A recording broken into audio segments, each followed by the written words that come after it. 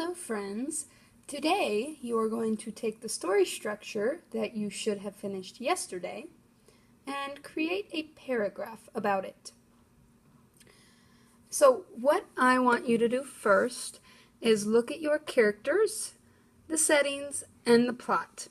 Think about how can I make a paragraph, just a short little summary about what has happened in my reading book so far, and use my character settings and plot that I have in my story structure right now. So what I might do is I might look at what's in my plot, and I might start there. So for example, I'm just going to take what I wrote on this first line and go ahead and write it down below. On a paragraph, you always indent to make a little space at the beginning of a line. And so I'm going to just copy Stanley was walking when a pair of shoes fell on his head. That's one of the very first things that happens in the story, so I'm going to use that as one of the very first things on my paragraph. So far, I already used one of my plot sentences, and I already used one of my characters. So I've pretty much done most of my story structure already. Next, I might say, Stanley was then arrested because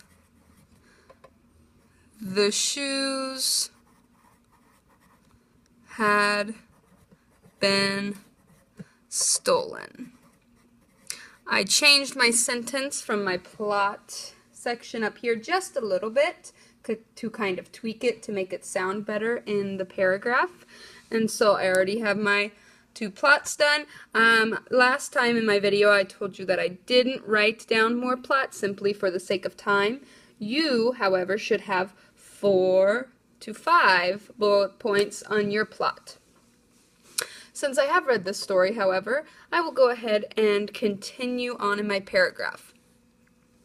So Stanley was then arrested because the shoes had been stolen, and then I will write, he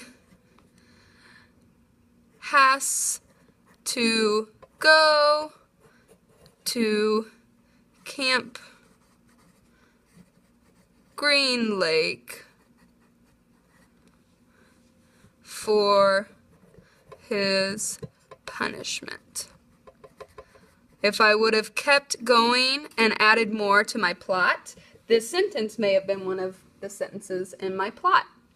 However, now I just used one of my settings, and also, if I would have had it in my plot, I would have used one of my plot sentences. Next, I might say, once he gets to Camp Green Lake, he learns he has to dig a hole